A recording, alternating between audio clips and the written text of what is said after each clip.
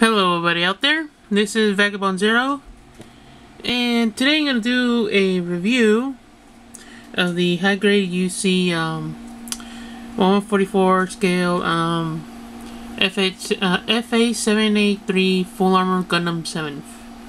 It's a very long title, so it's pretty much the Arc 787 in its full armor form.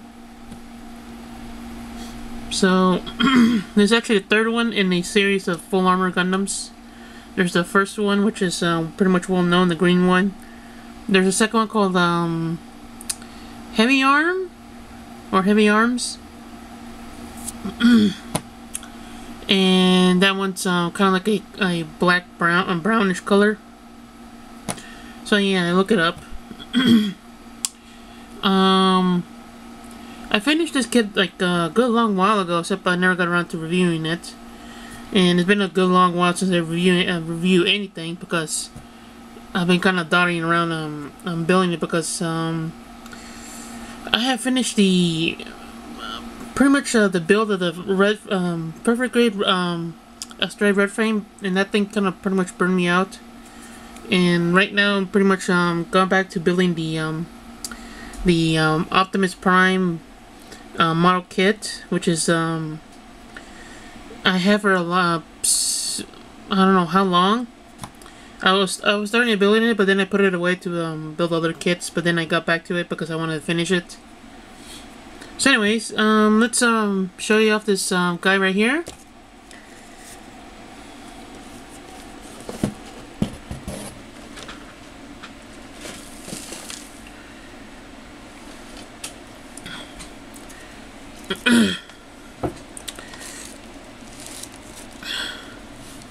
Let me just move the camera here so I have enough space here, because I have not that whole lot of space here on the desk.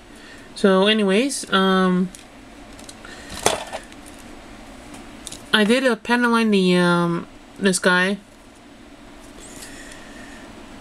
As you can see right there, here's some of the panel line work.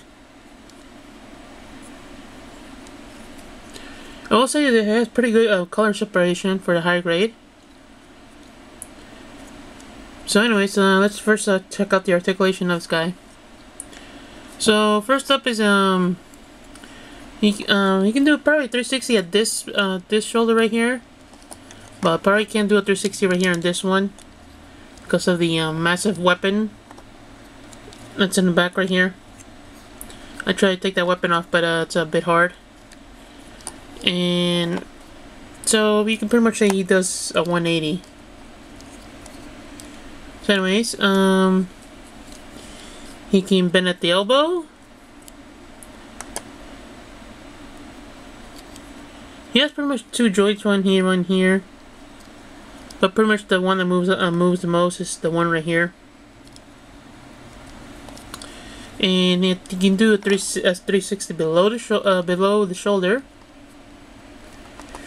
And he can do a 360 at the wrist, or should I say do a 360 hand thing. And I think he can also do a 360 at the head. And of course he has a pretty good movable joint on his neck, so he can face his head forward or back, snuggle it in, or kind of stick it out a bit. And over here on his waist, he actually has two joints. One kind of like in the center. You can see right there from the separation of the gray and white. Oops, one of the beam saber handles fell off. And just put that to the side. So he can do. He has the standard waist joint right there. He can't really do a 360 because it's a multi-joint waist. He can move his and also the thrusters kind of fall off kind of bit easily, so you gotta be careful about that. Move the weight skirt armor up, and he can do, kick up that far forward, and this far back. He can, he has a special joint right there, so he can move his leg out a bit, not a whole lot. He can also bend at the knee. He has two joints at the knees. He also has a ankle joint.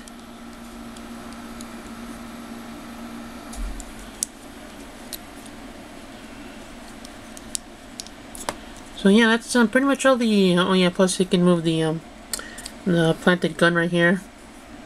Only has one movable joint. This one also moves around a bit.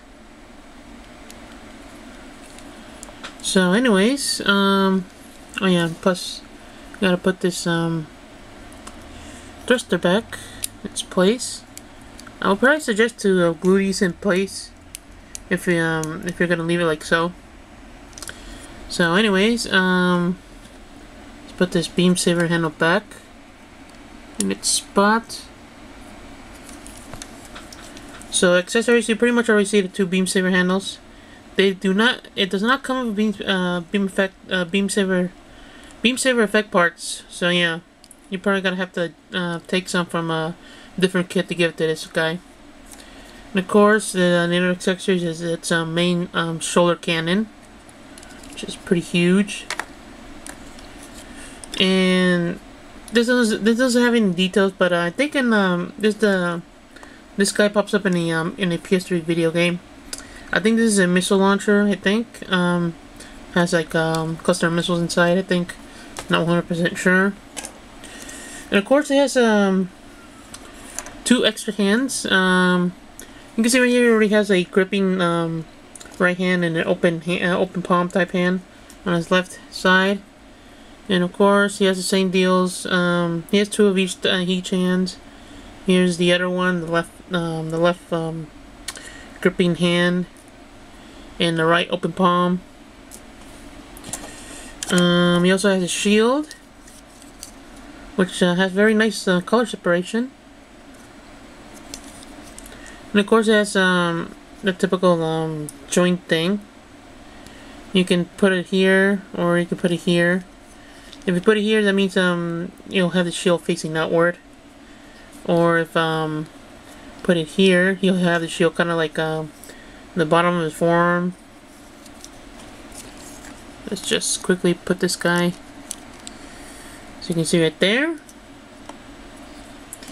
And of course, he has his beam rifle. Only has one movable part right here, which is the extra handle. And of course, it fits perfectly into the gripping hand. It's not loose or anything.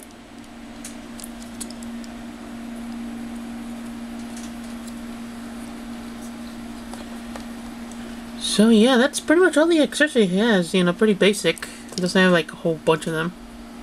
Like I said, you have to get the beam saber effect parts from a different kit if you want to show him using the beam saber.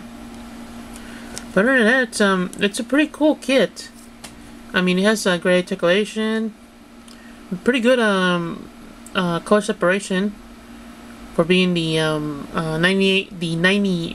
number 98 in the HGUC line. But of course, you can paint it. And I have seen somebody actually go ahead and completely modify this guy to look like the standard FA-78-3 Gundam, and they did an excellent job on it. So yeah, that's pretty much it on this guy. I say, you know, so my final thoughts on this guy is like, pick it up, and it's pretty much one of the only two full armor Gundams you can get in a 1/144 high grade scale. You can get this guy, and you can get the FA Gundam from the Thunderbolt series. So yeah, pick it up, and it's not that expensive. It's around 1,500 yen. So yeah.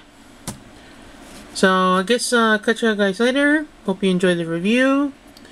And yeah, so keep on building those Gundams. Bye.